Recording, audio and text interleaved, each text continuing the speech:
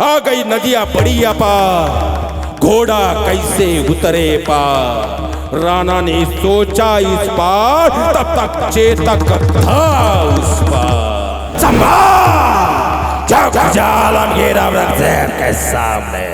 अरे कभी कला शीतल राजा झुकाएंगे नहीं, झुकाएंगे खामोश। अरे वसीम पुढाल चुप चुप चुप चुप चुप चुप एकदम चुप। याद रख अल्लाह ताला के दर में गिरफ्त है तू। 9 बरस का था, 9 बरस का था तब मिला था मैं आगरा में। तब पूछा था मैं इस संभा से, क्यों रे संभा तुम्हें हमारा डर नहीं लगता? तब कहा था इस संभा ने, अरे हमें किसी का डर नहीं लगता, बल्कि हमारी वजह से सबको डर लगता। सच कहा था काफिर ने। अरे आमच्या बोटा लागलं, 8-8 दिवस हात धरणारे आमच्या चालताना पायाला ठेस लागली तर पाय पकडून धरणारे आम्ही। थोडीशी जखम झाली तरी बेडवरती जाणारे आम्ही, पण माझ्या राजाच्या डोळ्यात आग ओकणाऱ्या सळ्या गेल्या। अरे उघडा कसा वाघाचा जबडा वाघाच्या तोंडात घालून हा मोजती अवकात सांगणाऱ्या हिंदू धर्माच्या अस्मिता शिव सूर्याचा पुत्र सरजा संभाचा जबडा उडेल कसा?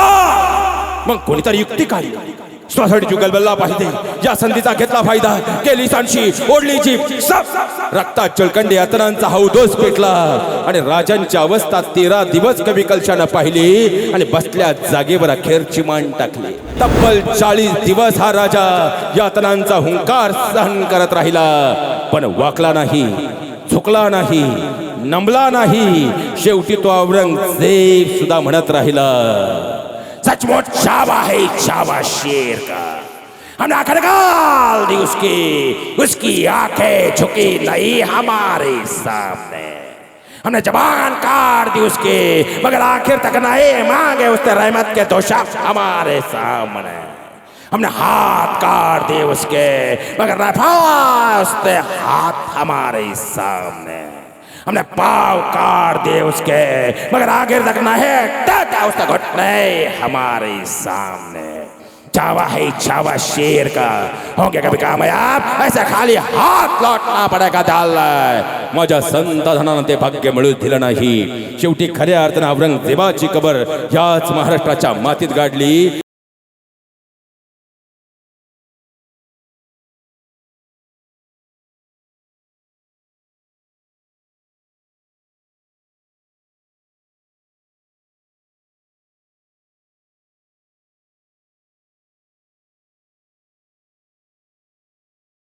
या मातीचा वसा आणि वारसाचा आम्हाला वारकऱ्याने धारकरी म्हणून घडवतो।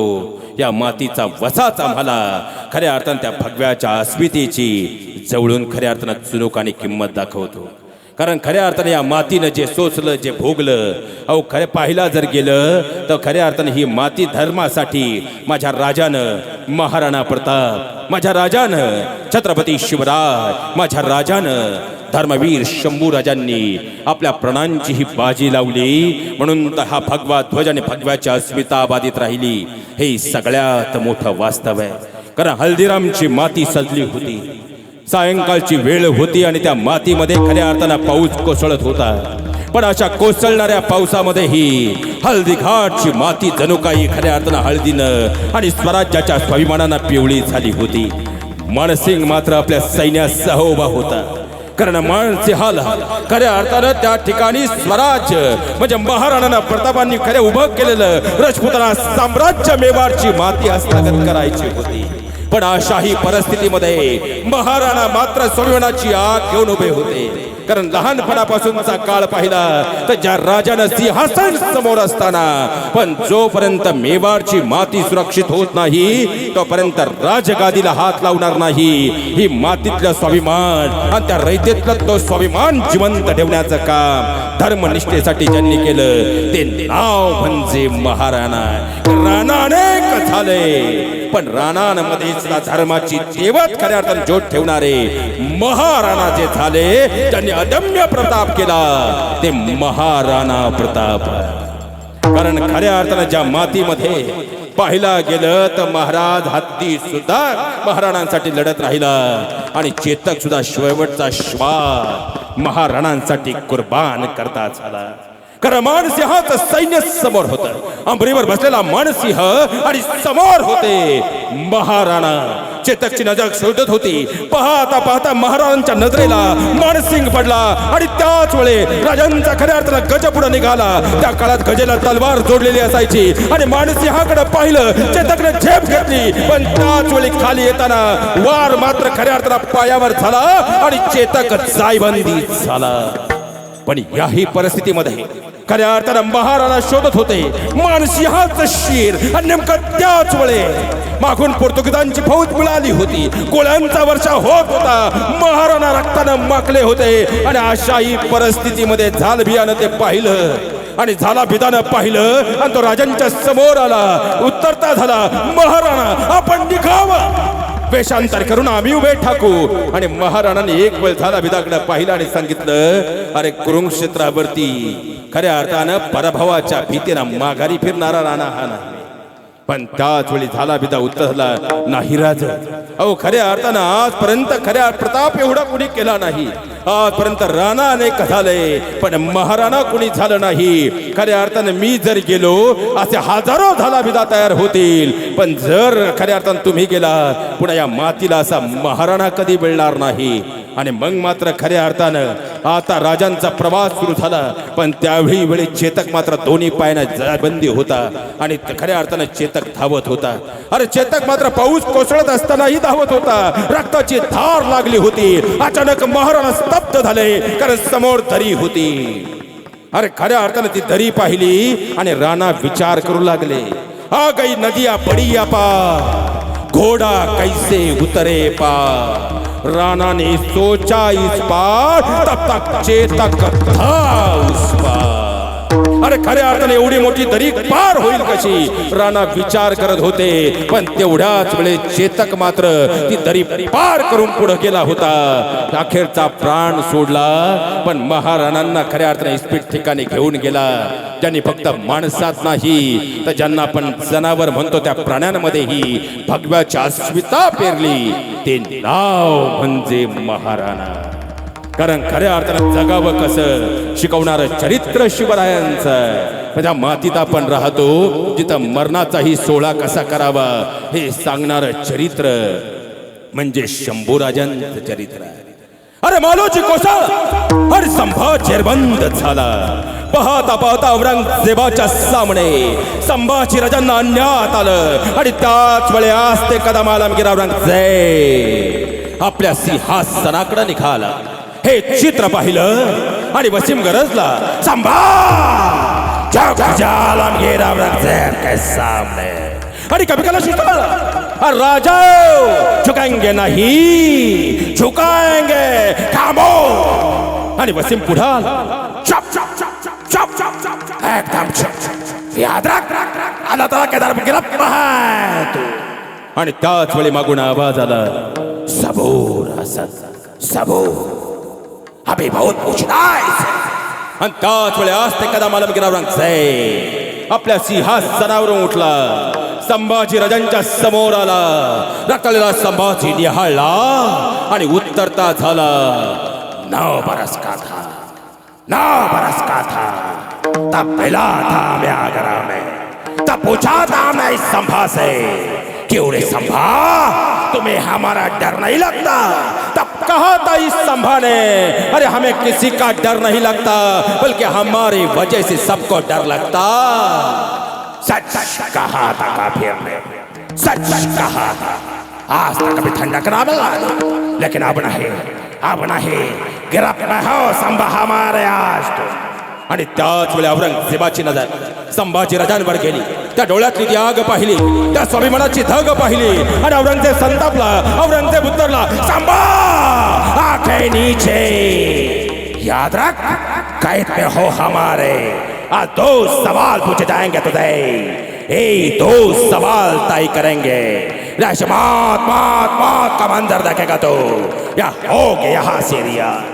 आणि औरंगजेबानं पहिला सवाल फेकला. औरंगजेबाचा सवाल होता, संभा लाखों के फौज हमारे चल बरते मर्राटे नाले पाए दखन तू आया बरहानपुरा तू आया सूरत तू आया औरंगाबाद लुट कला गया खजाना बता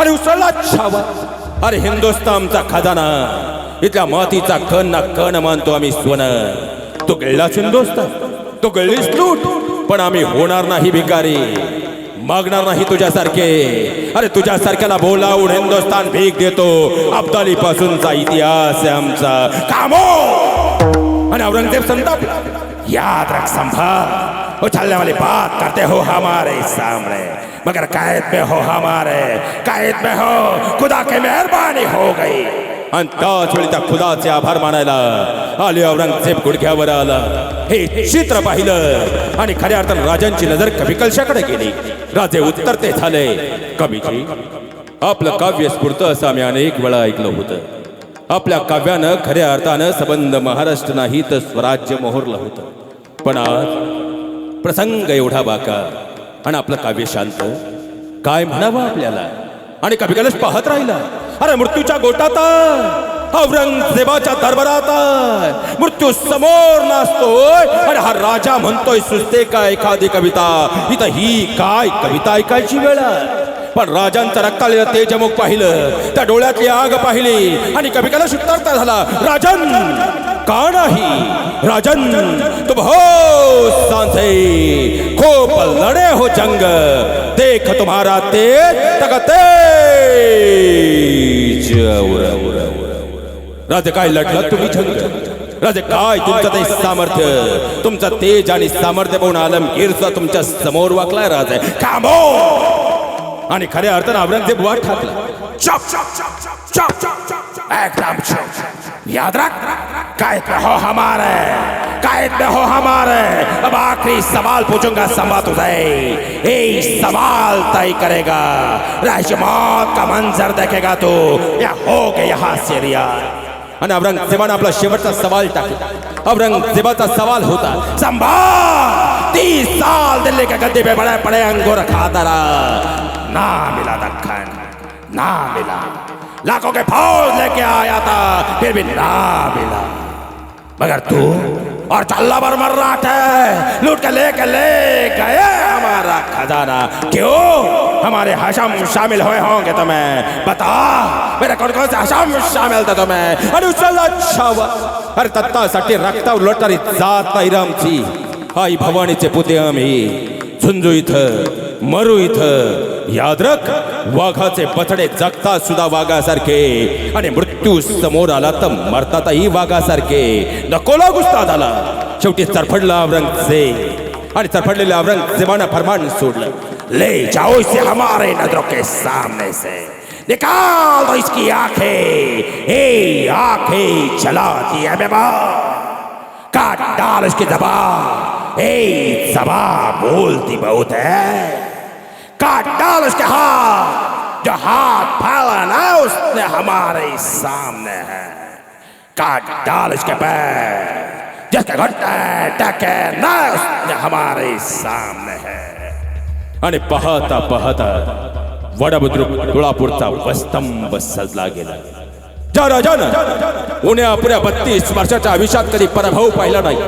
ज्या राजानं उन्यापुऱ्या 32 वर्षाच्या आयुष्यात खऱ्या अर्थानं स्वराज्याला कधी पराभवाची चव चाकू दिली नाही ज्या राजानं उन्यापुऱ्या 32 वर्षाच्या आयुष्यात खऱ्या अर्थानं स्वराज्याची मान इबादत राखली ज्या राजानं उन्यापुऱ्या 32 वर्षाच्या आयुष्यात आई साहेब आऊसाहेब आणि आऊसाहेबांना दिलेल्या शब्दाचा मान राखला ज्या राजानं वाघाचं काळीज घेऊन वाघालाही फाडण्याचं सामर्थ्य अंतकटात निर्माण केलं ज्या राजानं आई तुळजाईच्या आशीर्वादाने स्वराज्य मोहर गेलं ज्या राजानं वाघाचं काळीज ठेवून भगवाची अस्मिता जपली आणि ज्या राजानं हिंदू धर्माच्या अस्मितेसाठी चोपदारांचा वेश घेऊन पंढरीची वारी पूर्ण केली त्या वाघाला खऱ्या अर्थानं आज मात्र साकंदात जखडलं गेलं कांजण्यात चढल्या गेल्या आणि तो वाघ पाहण्यासाठी मुंगी जाऊ शकत नाही अशी रयत उभी ठाकली आणि त्या राजांची पावलं मात्र आता वडबुद्रुक तुळापूरच्या वस्तंभाकडे पडू लागली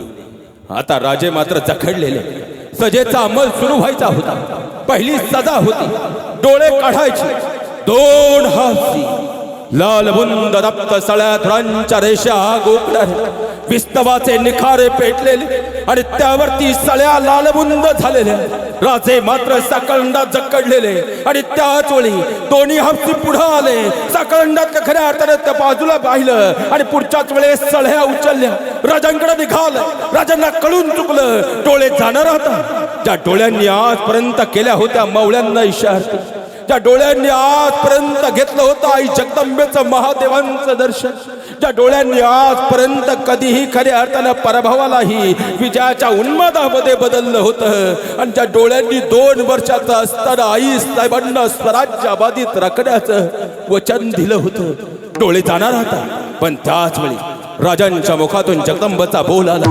राजांनी आपले नेत्र उघडले, त्या डोळ्यातली आग पाहिली आणि हाशमांनी जागेवर सळ्या टाकल्या. संतापला औरंगजेब, आगे आगे जाना होगा तुम्हें. आणि पुन्हा 2 हशाब उभे ठाकले. त्या सळ्या उचलल्या. राजांकडे निघाले. सह्याद्री शांत झाला, वर स्तब्ध झाला आणि दोन्ही यवन आता सळ्या घेऊन निघाले. राजे मात्र सकंडा जकडलेले. त्याच वेळी दोन्ही यवन जवळ आले. अरे आमच्या बोटाला लागलं. 8-8 दिवस हात धरणारे आमच्या चालताना पायाला ठेस लागली तर पाय पकडून धरणारे आम्ही. थोडीशी जखम झाली तरी बेडवरती जाणारे आम्ही. पण माझ्या राजाच्या डोळ्यात आग ओकणाऱ्या सळ्या गेल्या. फक्त सळ्या गेल्या नाही, आज बुबळ्यांमध्ये त्या खोल फिरत राहिल्या. ज्या बुबळांनी आजपर्यंत स्वराज्य संवर्धलं ते बुबळ्या आता जळून खाक होऊन त्यातून उग्र दर्प बाहेर पडत होता. या तणांचा नंगा नाच घुमत होता. तरी माझा राजा जगदंबचा बोल करत होता. पण विचार करायला वेळ नव्हता. सजेचा पुढचा अंमल आता सुरू व्हायचा होता. सजा होती, जबान छटायची. पुन्हा 2 हप्ते खऱ्या लखलखत्या नंग्या तलवारी सांडशी घेऊन निघाले. आता राजांना स्पष्ट जाणीव झाली जी झाली होती. सुरतेच्या लुटेच्या वेळेस डोळ्यात मिरची गेलेली असतानाही खऱ्या अर्थाला 22 यवनांना यमदासने धाडलं होतं. आज पाहिला डोळे नव्हते पण स्पष्ट जाणीव झाली आणि त्याच वेळी कळून चुकलं जीभ जाणार आता. ज्या जिभेनं आजपर्यंत उमटवले जगदंबाचा खऱ्या अर्थानं बोल, ज्या जिभेनं आजपर्यंत केल्या मावळ्यांना विजयी इशारा, ज्या खऱ्या अर्थानं जिभेनं आजपर्यंत आबासाहेबांना दिलेल्या वचनाचा बांध राखला आणि ज्या जिभेनं आजपर्यंत आऊसाहेबांना दिलेल्या वचनाचा मान राखला, ज्या जिभेनं आजपर्यंत गणेश स्तवन केलं, ज्या जिभेनं आजपर्यंत धर्माची अस्मिता जपली, ज्या जिभेनं आजपर्यंत भगवाचा स्वाभिमान जपला, जीभ जाणार होता. पण त्याच वेळा अखेरचा जगदंबाचा बोल झाला आणि राजांचा जबडा बंद झाला. दोन्ही हफसी वेगाने पुढे येऊ लागले. राजांच्या नजदीक आले. जबडा उघडण्याची कोशिश सुरू झाली. जबडा उघडे ना. मग कोणीतरी बाजूला असताना लोखंडी खाली घेतला. राजांच्या डोईवर वार झाला. नाकातून कानातून रक्ताची धार लागली. आशा होती जबडा उघडेल. जबडा उघडलाच नाही. मग कोणतरी बाजूला असताना भाला घेतला. राजांच्या नंग्या पाठीवर भाला ओरकडत निघाला. मांसाचे गोळे पडू लागले. रक्ताची धार लागली. शेंदूर फासलेल्या हनुमंतरायासारखा राजा लालबुंद झाला. आशा होती जबडा उघडेल. जबडा उघडलाच नाही. कोणीतरी बाजूला असताना तलवार घेतली. म्यानातली तलवार बाहेर आली. पाठमोऱ्या पाठीवर वार होत राहिले. मांसाचे लग्जे पडत राहिले. आशा होती जबडा उघडेल. जबडा उघडलाच नाही. कोणीतरी पुन्हा तो घन उचलला. राजांच्या डोईवर वार होत राहिले. रक्ताचा सडा पडला. आशा होती जबडा उघडेल. जबडा उघडलाच नाही. अरे डोईवर लोखंडाचे घाव पडत राहिले. डोईवर लोखंडी घणाचे घाव पडत गेले. आशा होती जबडा उघडेल. उघडलाच नाही.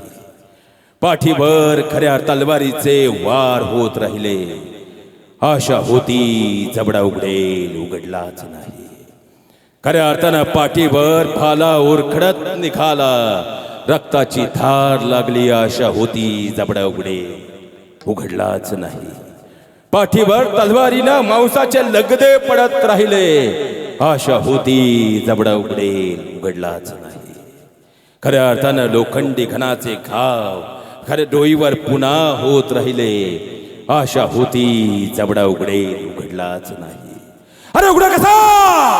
वाघाचा जबडा वाघाच्या तोंडात घालून या मोदती अवकाश सांगणाऱ्या हिंदू धर्माच्या अस्मिता शिव सूर्याचा पुत्र सर्जा संभाचा जबडा उडेल कसा?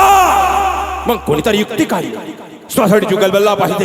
या संधीचा घेतला फायदा. केली सांडशी, ओढली जीभ, रक्तात चळकंडी यातनांचा हौदोस पेटला आणि राजांची अवस्था 13 दिवस कवी कलशानं पाहिली आणि बसल्या जागेवर अखेरची मान टाकली.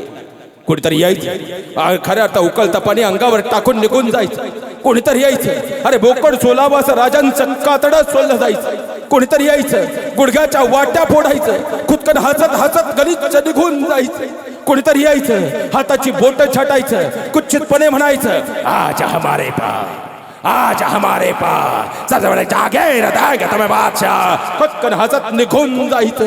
कोणीतरी यायचं, अंगावर थुकून निघून जायचं. अरे 1, 2, 3 दिवस नाही, तब्बल 40 दिवस हा राजा यातनांचा हुंकार सहन करत राहिला. पण वाकला नाही, झुकला नाही, नमला नाही. शेवटी तो औरंगजेब सुद्धा म्हणत राहिला, सचमुच शाबा है शाबा शेर का.